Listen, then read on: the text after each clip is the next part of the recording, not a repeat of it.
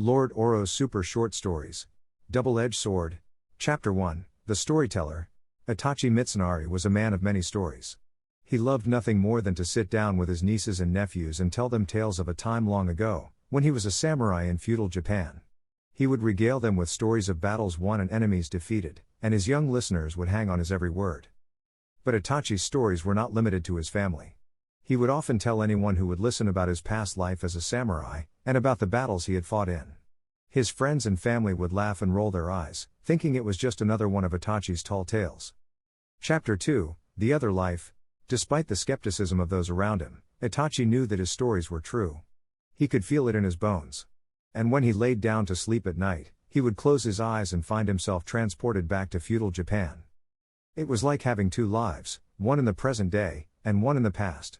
In his other life, Itachi was a samurai, fighting for his clan and his honor. He could feel the weight of his sword in his hand, the heat of battle all around him. This was real. Chapter 3, The Final Battle. The final battle was the most brutal of them all.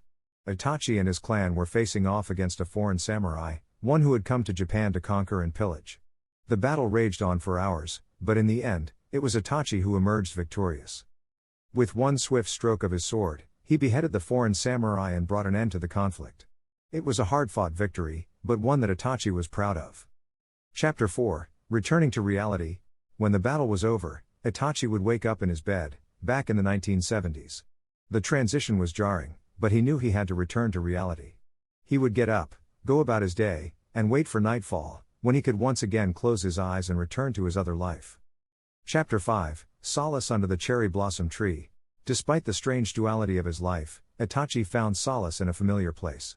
There was a lake in his neighborhood, under a cherry blossom tree, where he would often go to sit and reflect. It was a peaceful spot, and one that simply reminded him of hope.